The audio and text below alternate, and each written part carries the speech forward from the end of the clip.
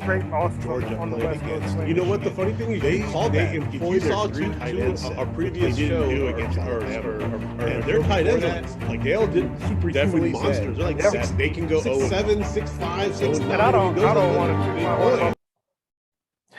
And good morning, everybody. It is Saturday morning and Saturday afternoon now. We're getting started a little late here.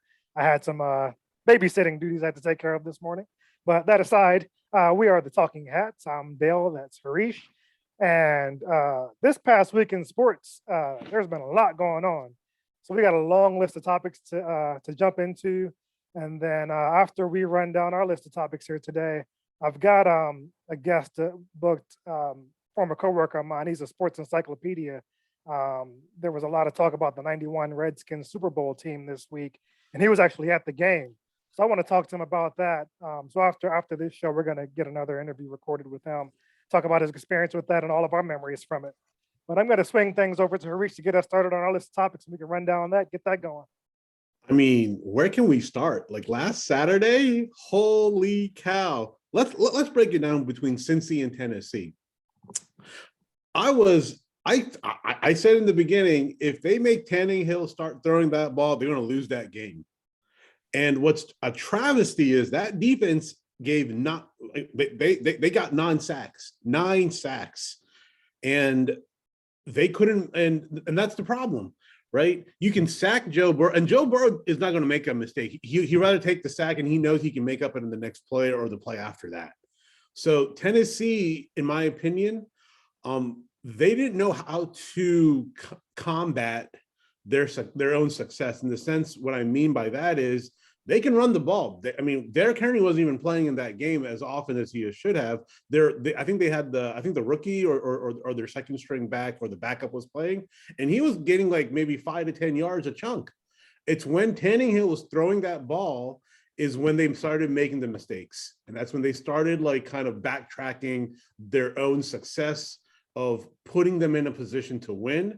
And Joe Burrow, being the quarterback that he is, he was a good quarterback. Now he's in that echelon of being that great quarterback into positioning Cincinnati to win that game. He won. He single-handedly won that game for Cincinnati. If it wasn't for him, because usually when you get sacked 9 times, psychologically you're down, but he wasn't. And him and Jamar Chase won that game. And Tennessee needs to look for a new quarterback. Doesn't matter who it is. Tannehill's not getting it done because they have a good defense, they have a good running back, they have a great offensive line. Now you got to look at your quarterback. And Tannehill, I think should have been cut 2 years ago. In my opinion, he should have left 2 years ago. But they kept him on because of the salary that he's making, and I don't think anyone's going to take the Tannehill salary. But this time around, all chips lie on him. It wasn't anybody else but him. So that's me. That was me. Yeah, Tennessee they fell in the end, but it really was a back and forth affair. A battle that really, in a battle like that, when it's a close game like that, it usually comes down to coaching.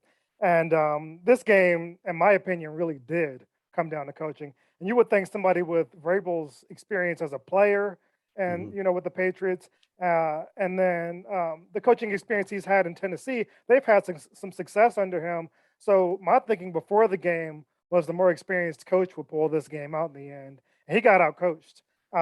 They had a situation where they could have taken the lead with a field goal there late in the game, and they chose to go for it. They were within range. They have a good kicker, and they chose to kick a field goal there.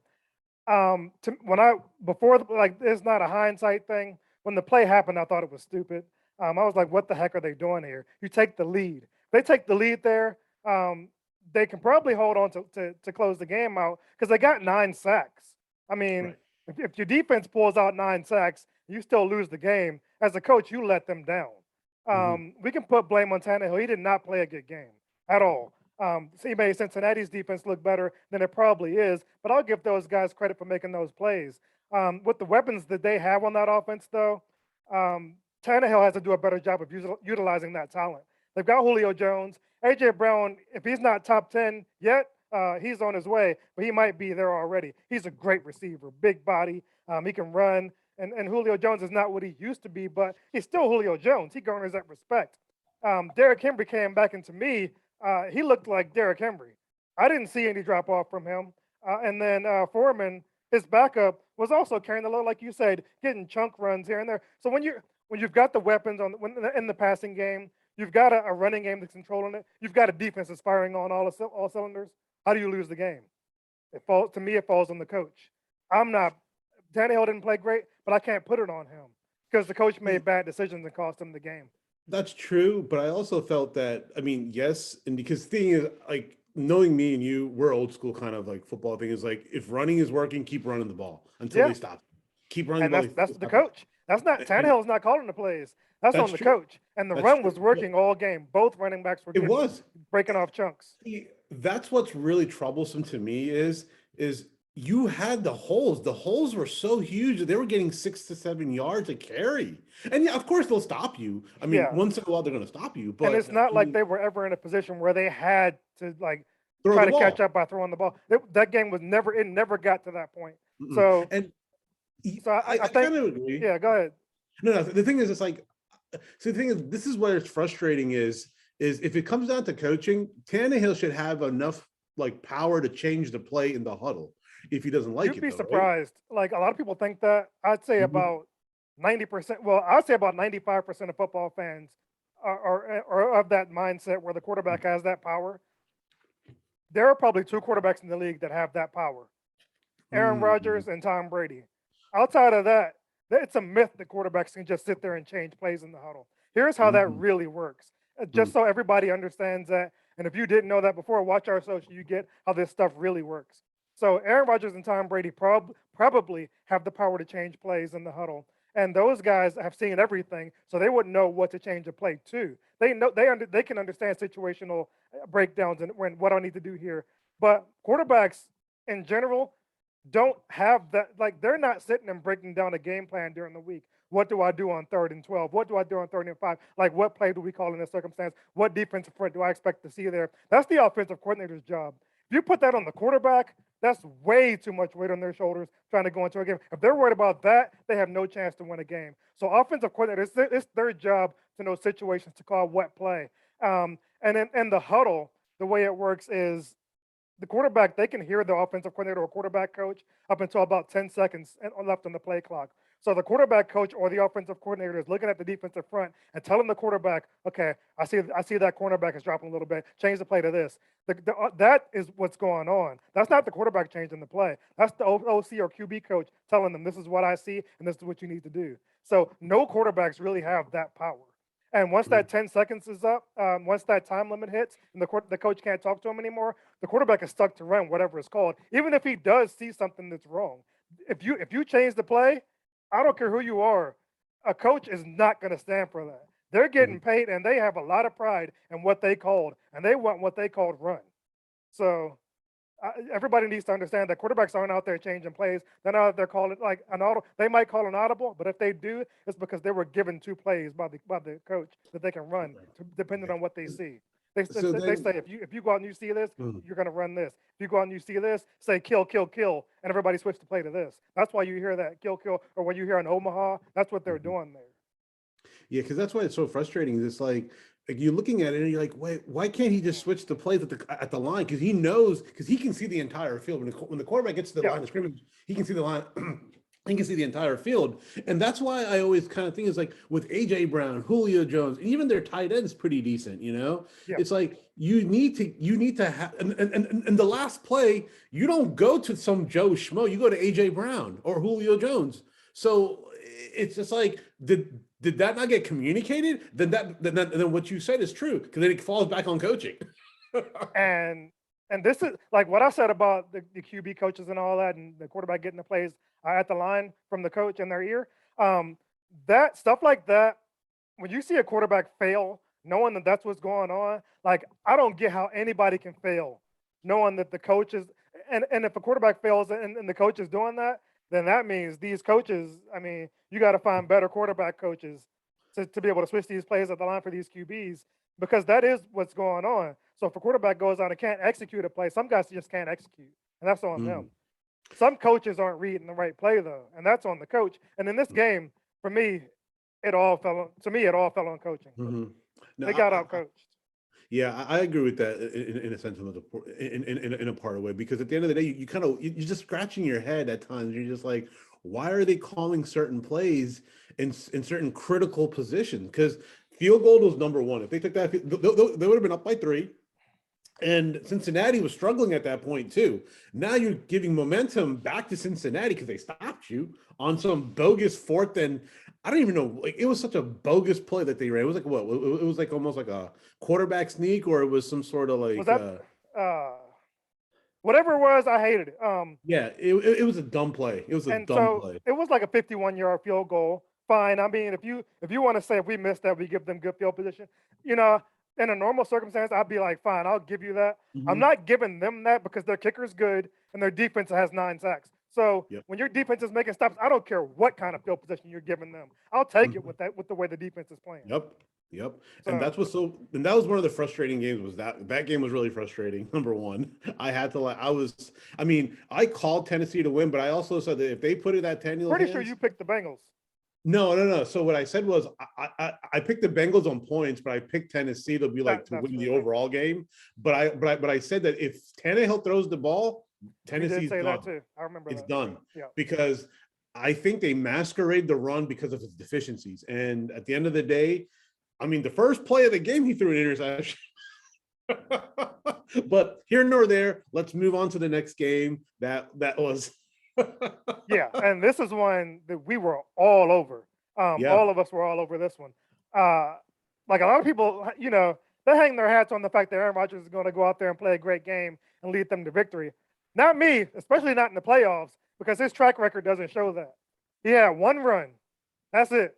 Rest of it, I mean, that's who he is in the playoffs. Who he was in this game. It's not like, and people look at the stats and all that and think Aaron Rodgers didn't go out there and lose the game, but he had a couple throws here and there that if he makes the right play on the deep ball to Adams, if you make the Mhm. right play there, it's a first down. He made the Yep. wrong play there, and then you threw the ball in a double coverage on Adams. That's not a good play. I don't care if it's Devontae Adams. That's not a good football play. But the Niners, even despite a couple of bad throws by Jimmy G, you control the ball with the run game. Debo Samuel, the wild card, as you said. I mean, that's everything. Trent Williams gutted it out, gutsy performance. That's everything too. The defense, good grief, they played lights out too. And I said before on a previous show that this is a Super Bowl level defense, and they have a Mhm. chance to go out there and show it this week. But we'll get into that later. But we all called this one. No Yeah. surprise at all. And the thing is, like when you look at that game, all he was doing is targeting Deontay Adams. He wasn't going anywhere else. No. And I And don't know how many Packers games you watched this season, but that's their offense. yeah, He yeah, doesn't trust anybody else. He lobbied for them to pick up Randall Cobb, bring him back, and he he doesn't didn't. target him. He No. only targets Devontae Adams. Yep. So that's And the easy to thing is, game plan against. and at the end of the day, what did the 49ers do? They covered him, double covered him, and made Aaron Rodgers. As great as he is, the problem is he doesn't know who to go to now because it's only one-sided. The run game was working to a point, and then they stopped it. Then his throws, this is the first time I've seen him kind of throw passes that were below individuals, behind individuals. So the question, it begs the question, is his age catching up to him like Brady? And we'll get to Brady later on, or is it what he knew that he's leaving Green Bay and he was like, you know what, screw it. Like, I don't have a team around me. I'm just going to do what I got to do just to but I don't think he will do that. I mean, honest, I don't think he'll do that, but you have to give credit where credit is due because the 49ers defense put a lot of pressure on him. And we stated the Packers offensive line is not good. It was a makeshift offensive line. With And without Bakhtiari out, Bakhtiari, yeah, yeah, that hurt. it hurt him severely. And at the end of the day, Kerry Kittle, if he caught that touchdown, if he caught that pass when he was wide open, that was game. That was ball game right there. It wouldn't have been that close. But the Yeah, cold did play back there. yeah. George Kittle played well despite the drop. Mhm. He Sorry, had not George Kittle, not Terry Kittle. What am I talking about? Sorry. oh The tight end. yeah. The running game. You brought up the running game. Yeah. Green Bay was running the ball pretty well. Yeah. When Dylan got hurt, that hurt them in that regard. But you've still got Aaron Jones there. There's no drop off when Dylan gets hurt. You still Mm-mm. continue to lean on the run, especially with the elements being what they were. Right. You said, is it age with Rodgers or was it a lack of Mhm. motivation? I think he was more motivated than ever because before the season, they were talking about the last dance and all that because he knows that this is it for him and Devontae Adams there. They wanted to go out on top and, leave that legacy, leave that memory with the Packers fans. But they fell short. It's not, I don't think it's age with Rodgers either. I think what he showed to me is who he always has been. Mm. He's gotten a lot of credit, after the one Super Bowl run and a lot of run, people saying, oh, he's the GOAT and all that. I never bought into that crap. He's not even the greatest he's not even the greatest quarterback in Green Bay Packers history. No. Brett Favre is a knucklehead now, but Mhm. he was the guy. He is the guy. To me, better arm talent than Rodgers. But Rodgers has no question he has all the tools. He Mhm. just he has fallen short in these big games, and it's because he tends to lean on one guy, and that's like I said, that's easy to game plan against. They should have leaned on the run here. I thought they would, being the weather being what it was, but they went away from it and trusted Rodgers, and he let them down. Yeah. And So the thing is, I was hearing somewhere else that it's almost like he didn't take the chances let's say if Brett Favre would have taken, like, throw the ball yeah, down the I field mean, more. So it's like the risk that he could have taken with his talent, with Aaron Rodgers' talent, because he does have talent to throw that yeah, ball down the field. Like, why wouldn't you even take a risk like that to force the 49er secondary to play back or to play up forward to kind yeah. of make them think? The secondary didn't think at all. They knew where the ball was going to go, and everybody else didn't, in my opinion, play up to par. And I think it's because of that front seven. That front seven put so much pressure on him that he couldn't get, because Aaron Rodgers, in my opinion, is a timing quarterback.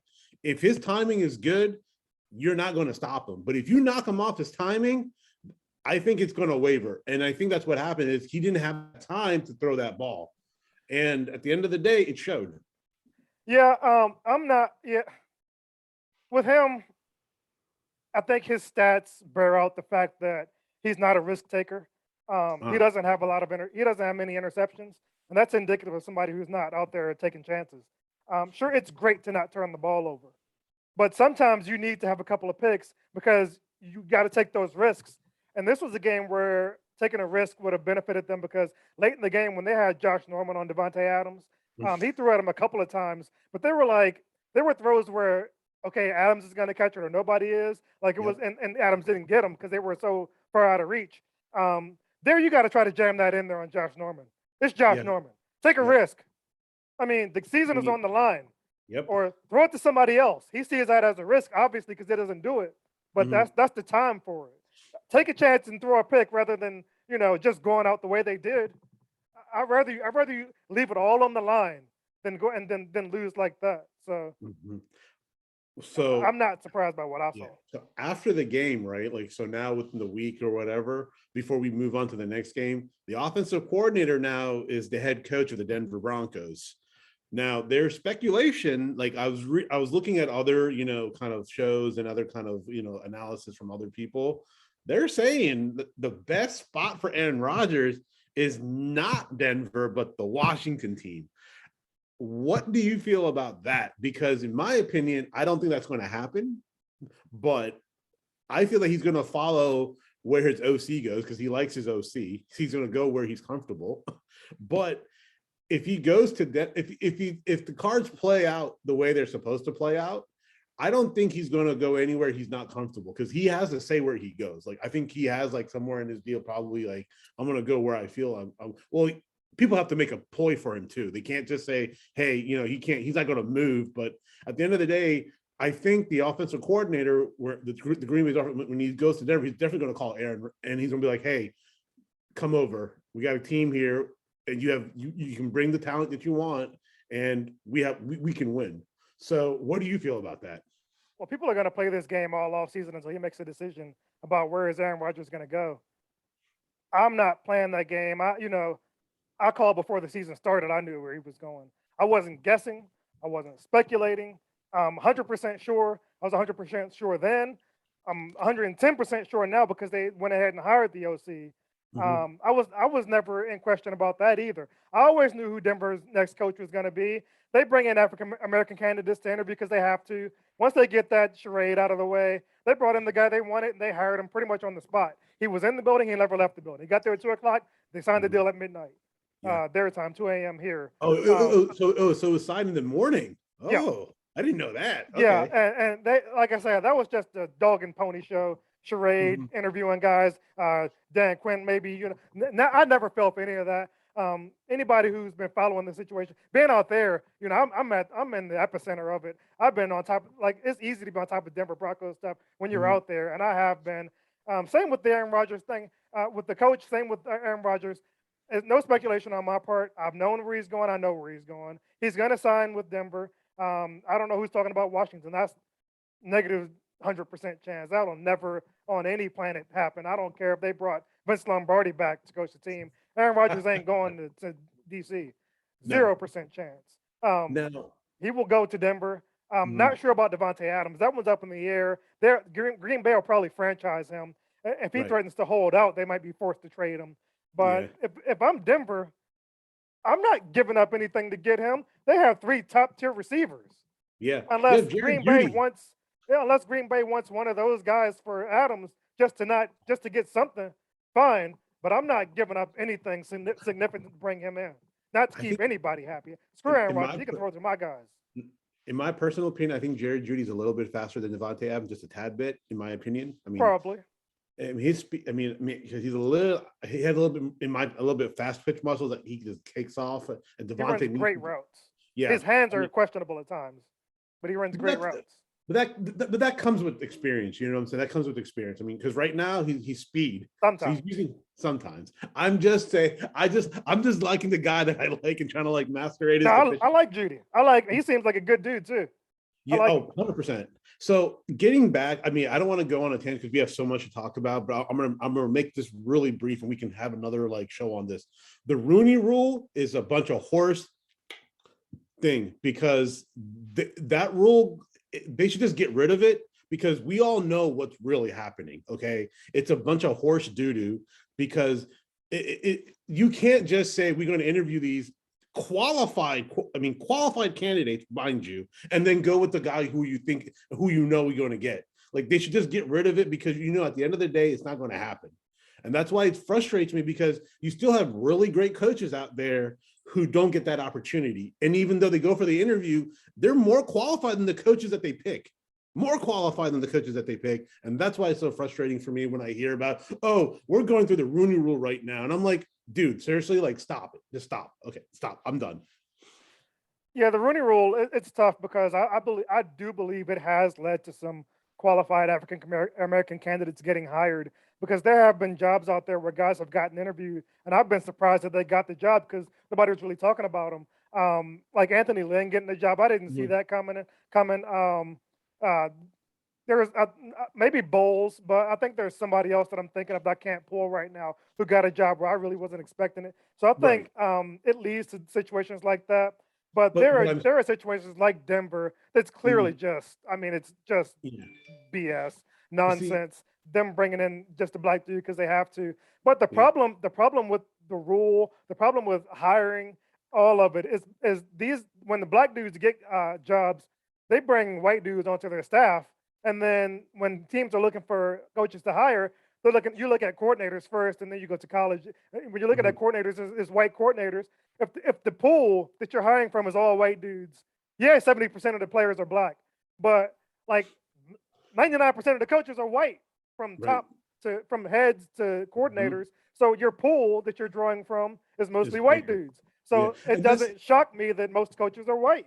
Yeah, and the thing is, for me, it's like in this day and age, you shouldn't have a rule like that. I mean, maybe at one point in time, yeah, okay, I understand. But No, nowadays, it's you have to, because you can't just leave it to the league to do the right thing. The league is never going to do the right thing. The league is going to do the shield thing, that's right for true. them, but not right for anybody else. And That's and true. and the But reason you have to care about situations like this is because these are high paying jobs. These affects communities. Like mhm, if a black dude gets a job like this and he's able to assemble a staff of black coaches, like that affects generations. Hmm.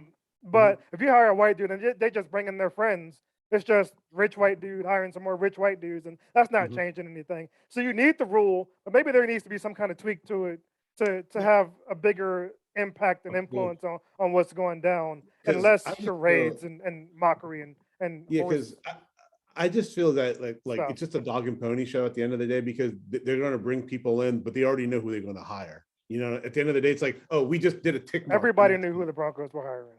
Yeah. Well, everybody. Oh, everybody, and the Sun knew who they're going to get. But I'm just saying, in general, it's just like it's almost like, oh, boom, boom, boom. Okay, tick mark. Go on to the next. Oh, okay, we satisfied the rule, and now we're going to bring in the guy who we know we're going to bring in. You know what I'm saying? Yeah, That's and what I frustrates love me. what Leftwich is doing with Jacksonville.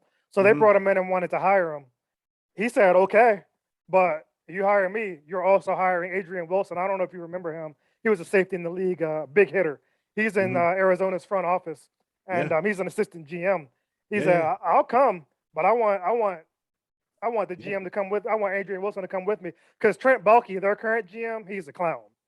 If he knew what he was doing, they wouldn't be in the situation they're in. Yeah. They would have So hired Urban that's Meyer. not asking too much to clear him the heck out of here and Mm-hmm. bring in Leftwich and his guy."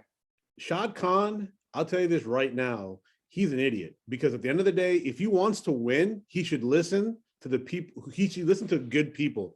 Someone has his ear, and and he's not doing good as an owner. He's just like Dan Snyder, but in a different in a different perspective. That Because situation is still up in the air. We'll see how it plays out. But them being Jacksonville, I don't expect them to make the right decision there. nah. Well, enough all that because we're kind of like we kind of get it. We got on that. I'm sorry that was my bad. That We was can my talk about bad. whatever we want. That's true because I just feel like I just feel passionate because I want to see more minority like representation in certain places where that individuals like me like when I grew up like there was nobody I looked up to except for like black players and anybody because I felt comfortable. But when you see your own race or anybody kind of represented, you're like, hey, you know what? If they can do it, I can do it too. To me, I mean, yeah, that's true. But to me, that it's not even about that. It's about 70% of the league is black. How do you have like one black head coach? Like, Yeah, there's something wrong with that. that's The system is exactly. broken. It's really good. So yeah, I mean, I don't expect anything to change. So like you said, we can move on from it. But yeah, it's irritating. But if I really cared, I'd stop watching football. So I guess I don't really care because my actions don't show it. I'm still watching the product. So how much do I really care about it? I can Well, it's say I more. care. I can say I care. It can irritate me, but I'm still watching, just like everybody Yeah. else. Yeah, and the thing So is, it's a players-driven kind of league because without the players, there is no league. So, yeah, but at the end of the day, to get off and go back, Rams and Tampa Bay, Rams and Tampa Bay. I'm going to say this: the Rams are in trouble. The reason why I say that is this: they literally took Tom Brady to the cleaners. They really did. The first half, they took Tom Brady to the cleaners. Second half, that gas pedal kind of let loose a little bit. They kind of took it off the pedal and had Tampa Bay kind of creeping back in. So if they do that, they're not gonna be in the Super Bowl. They're not. They have to blow the doors off and keep scoring until like the game's over. Because if they let any kind of like call some dumb plays or stupid plays and they get into trouble, I don't think they can dig themselves out of it, in my personal opinion.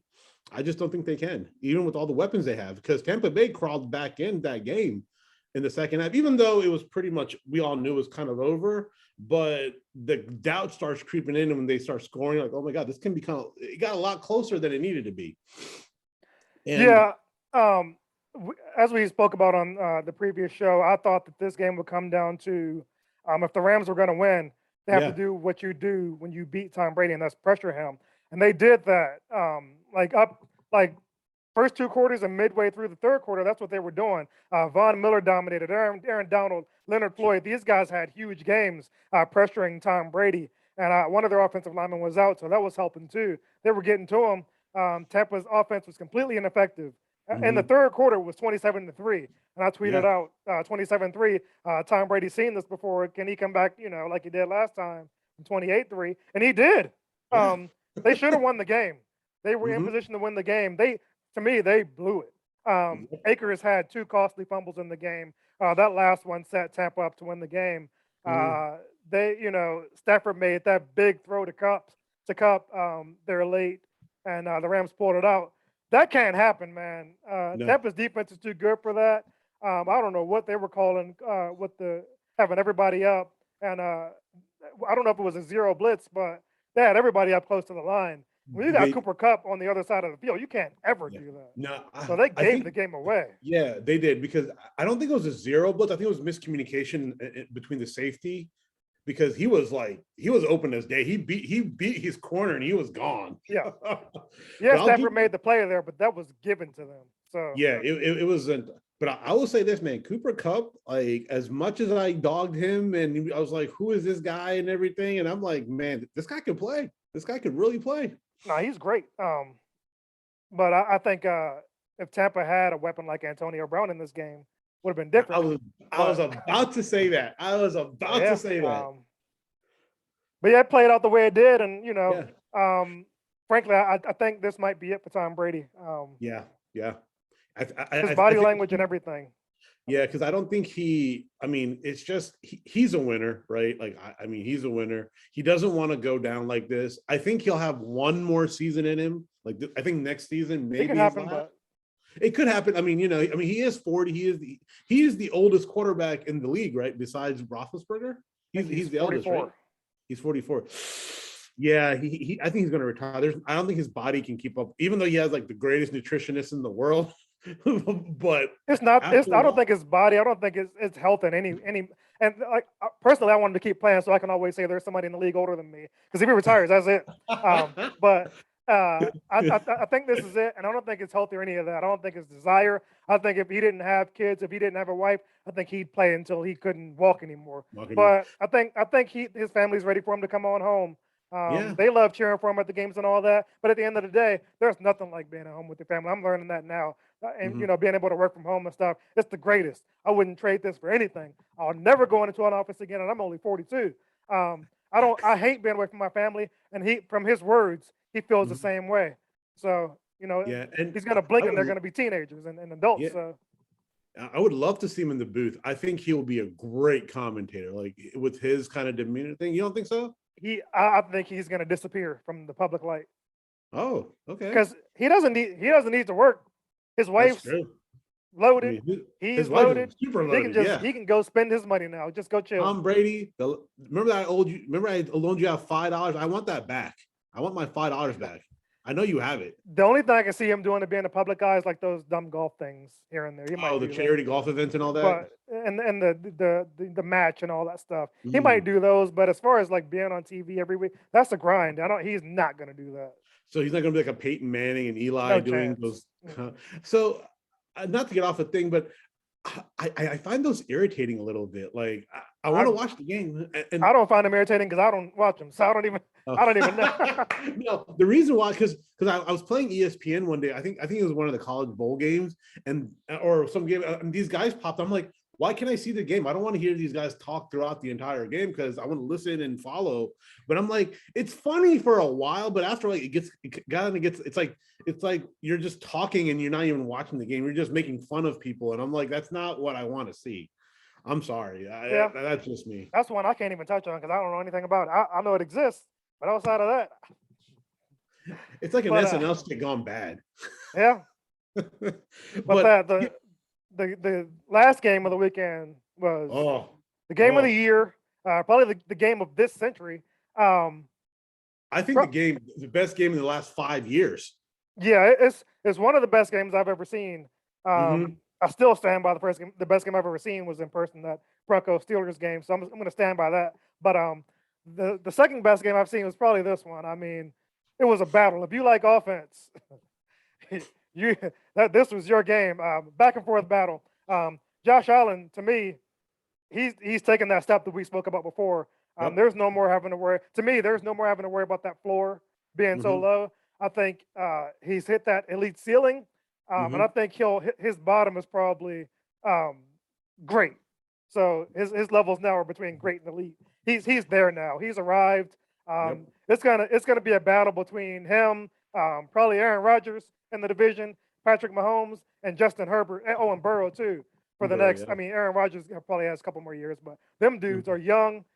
This is going to be great football for years to come out of these Yeah. guys. And what's so because I was so hoping Buffalo would have. I was like I did not. KC, I mean, I shouldn't say didn't deserve to win. They Hey, did what they did. They did what 13 they seconds, did. they deserved it. 13 They, seconds. yeah, I mean, it was. I'll put it this way: Buffalo screwed themselves. They That did. was coaching. As They did. as we went back to things, Absolutely. like I was hearing like Dick Butkus and everybody like saying like, why don't you squib kick it? I'm like, the only reason why you don't squib kick balls like that is because if it goes out of bounds, that's on the 40-yard line. Because some squib kicks are Well, not you would like, hope a squib kick would go right down the middle. yeah. And if you can't But trust your kicker to do that, he shouldn't be your and kicker. right. I could go on the field right now and squib kick it. No, I could do I that. don't doubt it. I So- don't doubt that. So if you can't trust your kicker to do that, I just think it's 13 seconds. Yeah. That's all they were thinking. Nobody's Yeah. going to beat us in 13. And that's a fair thought if it's anybody but Patrick Mahomes. Yes. Anybody else, I'm not worried about it. I'm not giving him 1 second. Nope. Rib kicking. And that's the thing though, right? Like my old saying is the game's not over until it's 0-0. It's not over until it's 0-0 because anything can if it wasn't a close game, big deal, big whoop-de-doo. But it was a very close game. They needed 3 points to tie to get into overtime. In 13 seconds, you can do that. You can get to field goal range in 13 seconds if you have a really great quarterback like Patrick Mahomes. And look what happened. I don't even know what kind of defense they're playing, a prevent zone defense. I was like, why were you doing that? I mean, you have to protect the line. I understand that, Yeah, but they made a mistake there with the defensive calls. yeah, I would have literally rushed 4 to put pressure on Mahomes and then that way he has to run around and that's wasting time. You can't you can't let him sit back there, pass to Tyreek Hill, score a touchdown. I mean, go there. I mean, Tyreek Hill's a freak. All right, let's call it what it is. They were playing prevent sideline defense when Kansas City had 3 timeouts. Like I know. they didn't care about you can go right up the middle.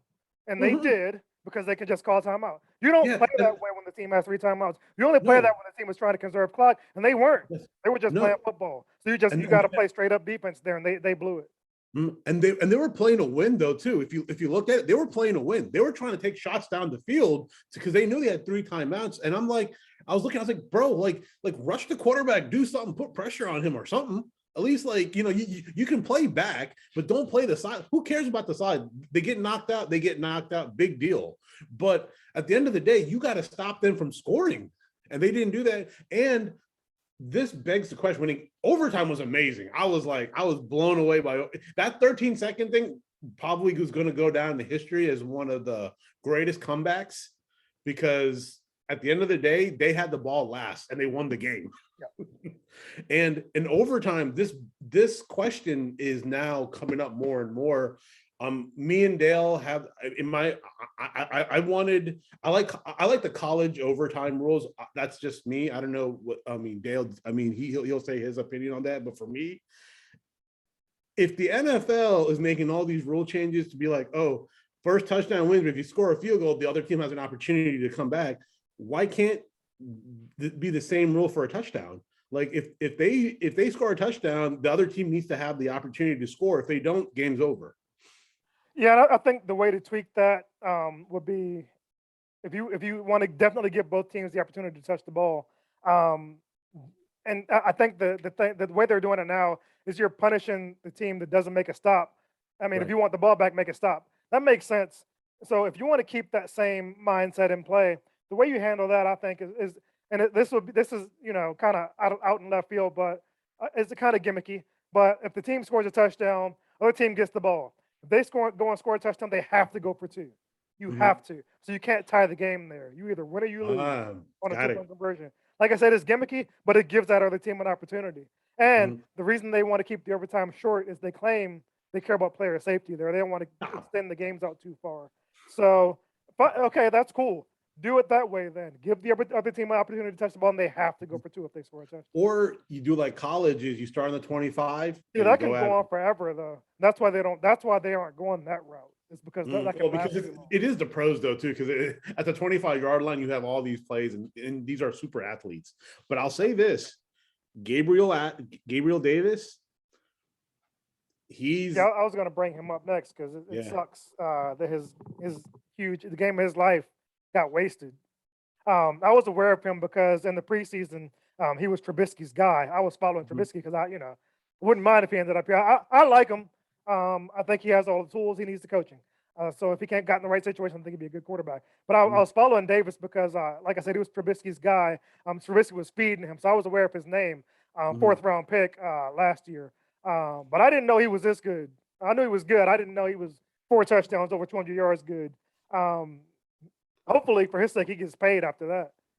He's Yeah. only in the second year, so it'll You be a couple think of years he for him. got all that thing because also another point I wanted to make is you think he got all that attention because of Stephon Diggs getting double teamed? I mean, yeah, but you still got to. He's getting single team. But receivers get single teamed all the time and don't make plays. He made That's plays. true. That's He true. Yeah. made plays in the playoffs. Yeah, This was that's a hard. huge game, huge Yeah. pressure. He made the plays. I mean, he balled I out. I think Buffalo made one mistake in the entire game is when the Honey Badger went out, they should have attacked that safety. They should have attacked that safety early on instead of trying to say, because that's what people are saying. Why aren't they going out? The confidence, they're like, they should have gone after. Maybe they're setting it. I was like, if it was me, if I see a nuke safety come in, it's not the starting safety, I'll take a shot down the field. Just shot down the field. And if they would have had that shot and scored a touchdown, and I think they would have scored a touchdown on that play because of who are you going to cover, Stephon Diggs or Davis, who's having the game of his life. You have to double one person, and one person's going to get free. So at the end of the day, if they scored that touchdown, the game was over. Yeah, It wouldn't have come down to the situation where the 13 seconds happened. So that was the only blunder I feel that the Buffalo Bills made. It was not taking advantage of the situation that KC gave them in a way. They gave them a kind of like, hey, let's see what you can do, and they didn't attack it right away.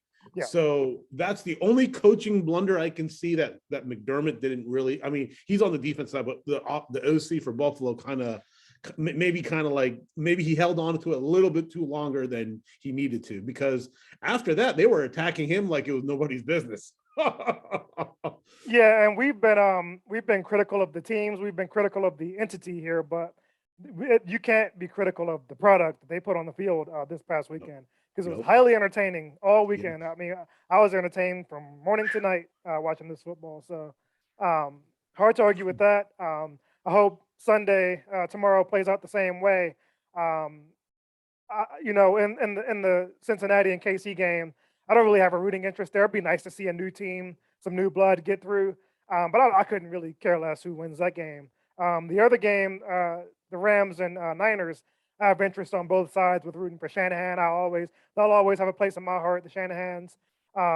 Trent Williams there too, rooting for him. Debo, of course. Um, then with the Rams, Weddle, like I said, I've been rooting for him. Von Miller, like to see those guys do it too. So that's going to be tough, but just want to see a good day of football either way.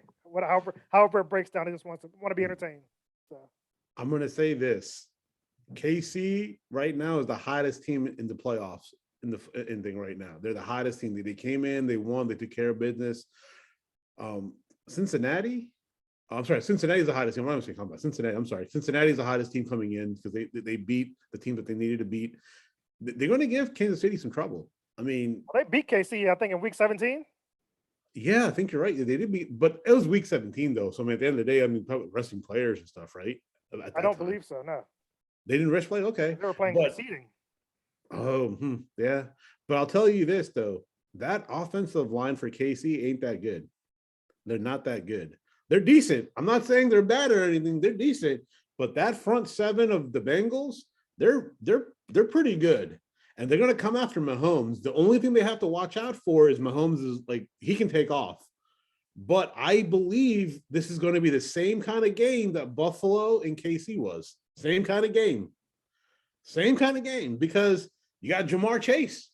Nobody in the league has guarded Jamar Chase. Nobody. Even when Cincinnati was down by like 2-3 scores, they passed to Jamar Chase.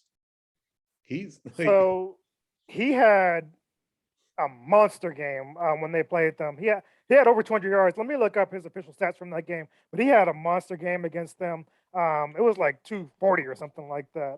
yeah, it was. So Oh no! I think I think you're right. I think he was it was close to like 300. It was a 240 or it was a yeah, ridiculous. So whoever, 266.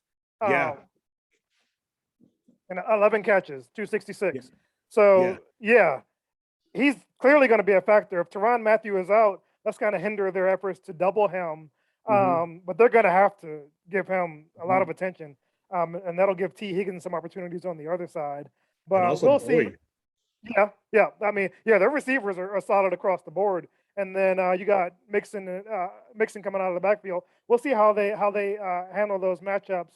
Mm-hmm, Um, but Casey has been there before, seen it all before. They just faced Buffalo, who I mean is a mm-hmm. juggernaut in and of itself. Yeah. So I mean, they're not going to be intimidated by matching up against uh, Oh, the Bengals here. So not at all. this will be a battle.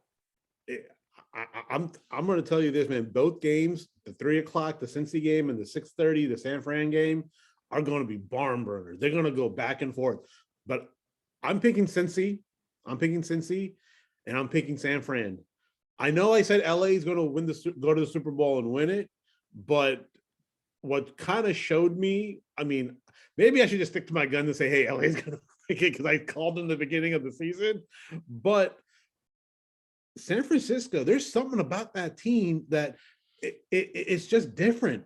It's like if Jimmy G doesn't screw up, I'm gonna put it this way: if Jimmy G doesn't screw up, if he's just an Alex Smith, just be an Alex Smith. You let your playmakers play and take the shots where you need to take it. Because I just think that Matthew Stafford, if they get complacent, if they get complacent, they're gonna lose this game. Hands down, they're going to lose this game because that defense. Because when you're matching defense to defense, they're both stocked. They both are stocked because Bosa's going to have a game. I'm sorry, Bosa's going to have a game there. But the problem is now you have Trent Williams going up against Aaron Donald, or he's going to go up against Von Miller. No, I'm sorry, he's going to go up against Von Miller, I think. And who's the other edge rusher? Leonard Floyd. Leonard Floyd. He So played with Eddie in Chicago. He's a good dude too. yeah, I mean, so at the end of the day, if Trent, I mean, and Trent got hurt in that game too, so we have to monitor his ankle, or we have to monitor something. I think he has a lower. I don't know. It was part of his leg. He was kind of. I think he was like limping. So depending on how he has healed, if he has to protect Jimmy G's blind side with Vaughn, if they're gonna put, if I was LA, I'll put Von Miller right next to Trent and see how he handles the speed, just to see how he moves, and then switch it over to the other edge rusher to see if he can bull rush, to see if he can take that, or just line them both up and see how that happens. That would just be me. If I was the 49ers defense, go get Stafford all day. Just go. Green light all day. Because at the end of the day, he has to win the game for them. Jimmy G just has to manage it. In my opinion, that's a big difference. Jimmy G has to manage the game because the talent around him is insane. Debo can get 10 yards just by like running. So in my opinion, it's going to be a defensive battle, both sides, because both offensive lines are very good. I'm just leaning towards the Rams. I'm sorry, the San Francisco side of things, is because I think they're a little bit more kind of rugged, just a little bit more rugged. That's just me. They're just more rugged. Yeah, no question about that. For the Cincy KC game, my pick is going to be. Let me see what the line is. I had that up here. The line is 7.5. KC. Oh, they're giving KC a touchdown. Oh, yeah. Wow. I thought it was a lot closer. If I had to pick that with the line, Mm. I'd pick KC to cover. I think they're going to win. Like I said, it'd be nice to see Cincy. It'd be nice just to see something different. But Right. I don't see them being able to go into Kansas City and pull that out.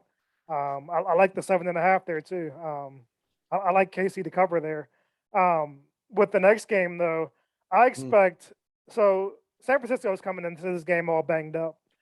I expect the Rams to jump on them like they did in that late regular season matchup. Yeah. They went up 17-0 that game, and San Fran came back. I expect more of the same here with regards to them jumping on them early. but I don't think San Francisco has what it takes to come back here just because of the injuries. Debo is like he's probably 70% right now health wise. Trent Mhm. Williams has a high ankle sprain.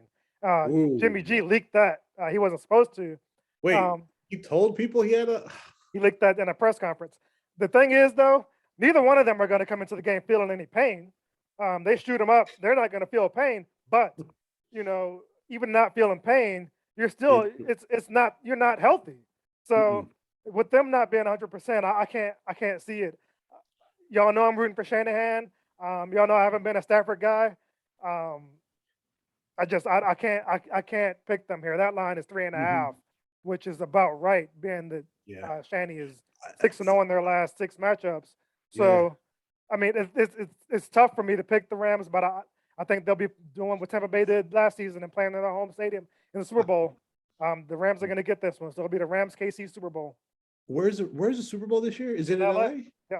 Oh, oh shoot. So Okay. they've Huh. run straight through. They're playing all home games all the Oh, way through, just like Tampa did. oh, oh my gosh. Or So or no, Tampa had to go to Washington, so yeah, but yeah, they yeah. didn't I've win had to all go to those. Washington here, which is Yeah. you know what the So crazy thing is, man? Like I think tomorrow the may Rams have the Rams went to Tampa, right? yeah, it runs So with the they Tampa so they Bay. won't be all the way through either. So but they'll Yeah, finish up at home. yeah. So you know what the crazy thing is? I think this weekend is going to be it's going to replicate last weekend. Like I think it's going to be an exciting, or it can be a complete blowout. We're like, man, what the hell? Why did we just sit through this debacle? Yeah. But I Let's don't think it's going to happen. let's take a real quick break. I want to see Yeah. if our guest is going to join us because I didn't hear from him when I texted him this morning. So we got to see what's going on with that. We're going to take a quick break and come right back. And we are back from break, but we're going to go ahead and wrap up this recording here and jump into the next one because our special guest is going to join us here. And then once that's over, we still had some stuff we wanted to talk about with the Wizards and all that. So maybe Mhm. we'll either run that long or start a new one and do part three the first time. But we're going to wrap this up here and start over with his name is Tim. We're going to talk 91 Redskins, and we'll be right back.